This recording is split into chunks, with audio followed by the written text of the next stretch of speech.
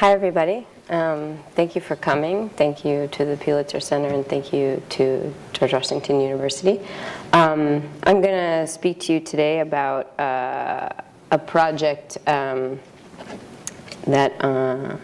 I've done with support from the Pulitzer Center and Crisis Reporting in Romania. And it's on, gold mining. The writer Dmitry Kennerov and I traveled to Roș, Montana, the oldest village in the heart of Transylvania, in what today is Romania. And my interest in gold as a commodity took me to this ancient mountain with its rich history of gold mining. And when I got there, I realized, ironically, that it was one of the oldest gold mining areas of the Roman Empire, which controlled the galleries there for years. And ironically, I say because I live in Rome, Italy, and so the Colosseum, which is just down the street from my house, was basically bankrolled from gold from these mines in this area, which I came to document. Basically, I'll start the images and sort of talk through the story in my process. About 5 or 6 years ago, a company called Gabriel Resources bought 80% shares in the state gold mining company in Romania to implement a project of 4 huge open pit gold mines, such as this, even though this is actually an old copper mine that's not in service at the moment in the area. And their project will extract, if given the proper permits from the government, will extract billions of dollars worth of gold in the next years. And so the project is very controversial because it will kick out basically all of the residents in the village and obliterate the village, which is the oldest in Romania. And aside from that, it is also will use a technique of cyanide extraction, or cyanide open pit gold mining with cyanide extraction, which is a process used with cyanide to melt down gold. And from this is created a waste, which is sort of a sludgy rock waste, which needs to be housed somewhere. And the project proposes to plan to turn the nearby valley, Corna Valley in the area, into this giant tailings dam, which is just above a large community of ethnic Roma gypsy population. And so basically, I found this story, I work on stories around the world, and all different types, some breaking news, some more focused documentary issues. And I found the access to this story quite easy in the beginning, because both sides kind of wanted to tell their story. Here we have one of the houses that the Gold Corporation has already bought out. They're buying out all of the residents in the area to obtain more territory for their project.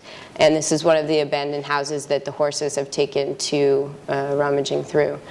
I found the project quite easy to access because the people were eager to speak about their feelings about the project, either whether they were against it or for it. Some people, it has basically polarized the area in terms of people that are for the project and against. And that mainly the people that are for the project are ones that are temporarily working for the company as they gear up to do their project if they're able to obtain the permits. And the people against it are people like this farmer, Eugene, who have lived there all their lives. That's all they know, and are standing their ground not to leave till then.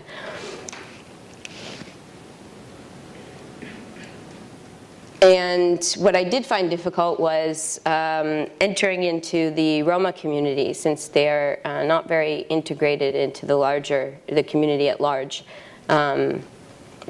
And they're a bit skeptical of outsiders, as well as being in kind of a bad situation at the moment, since many of them worked for the previous gold mining company owned by the state and have found themselves unemployed for years without the possibility of a job with this new company, because they're pretty much racially profiled, I would say.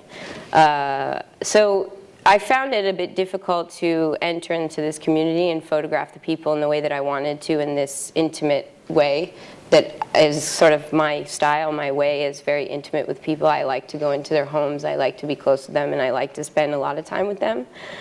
And we did not have a lot of time to spend in each community, each house. So I found, had I had maybe a couple weeks to really work on the community, I might have even gotten a closer access.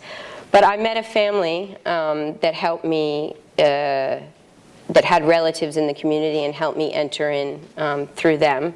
And so, which is always extremely helpful if you're recommended.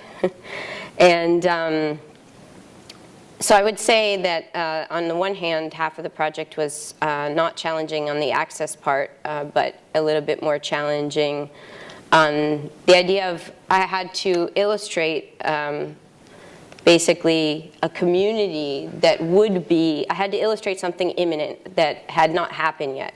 So, and how these people live, and to be able to, for a viewer to make a connection with somebody, like I said, in an intimate way, to understand, you know, that these are individuals, and they stand to lose all of their land, they stand to lose their home, but not only, you know, many people work nearby where they live there, so you know, just uprooting their whole family to another place is not always a viable option. I also wanted to show the natural beauty of the place, and people, simple people like this bee farmer. You know, if the project goes through, then the whole ecosystem in the area will be destroyed, and people like this will not be able to continue with his work, his life, his livelihood. And so through this project, I think my connection with the people helped me to also think about gold as a commodity, and what people will really do, what the demand can really drive in stories like this.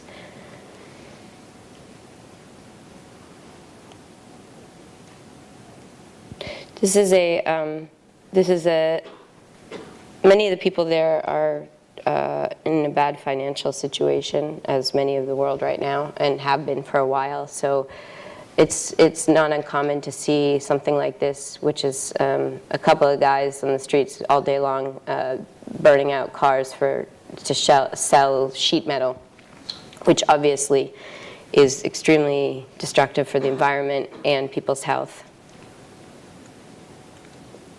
This is a group of the girls dancing. They practice their ethnic dance in the Roma community. This is a polluted river along the mountain. The river has been polluted for years from waste rock runoff from previous mining. And it's also very rich in archaeological treasures, which they're finding. The company has invested, I think, $11 million so far into archaeological exploration, and they pledge to invest $35 million more if the project goes through. However, I don't really understand why, since they will be blowing up the whole mountain. So.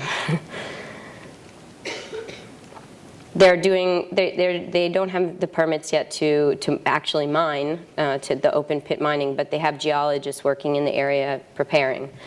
They lack a little bit of support in the government, which could be overturned by the end of this year if some of the parliament is changing over, and it is possible that they can soften up to the company and give them the permits that they need in the next year. This was a very difficult picture to take for obvious reasons. This is a man in the Roma community who had worked for the mining industry for years, and he had lost a 10-year battle with cancer, and he had died, I think, the day that I entered into the community. And so I didn't have a lot of time to make friends and connect like I usually do, and so I was still sort of considered a real outsider. And the family was very divided. Half really wanted me to be there to photograph this, his funeral, his wake, and half were really really did not want me there and thought it was disrespectful, which you have a lot of this in times of death. And I photographed other deaths in different places all around the world. And it's a very delicate situation. And so I, was very discreet, and I made a few images, but I didn't really overwork the situation as I might in some other situations, because I felt that they needed their time with each other. So I paid my respects and I left. And another issue is all the graves that are being exhumed in the area. A very controversial issue, because the company would obviously like to get as many people out of the cemeteries as possible if their permits go through for an easier transition. But people are reluctant to, many people are reluctant to exhume the graves of their dead loved ones. There's some old miners' apartments that are still inhabited by families, many who have temporary contracts with the mining company. So a lake on top of the mountain, very beautiful. And this is basically what the mines will look like, 4 of them, pretty much equal to this, from looking from up above. And these are some miners or some geologists that are, pretty much everybody in the community comes from the historic mining family. You have people living in the same family that some are for the project and some are against.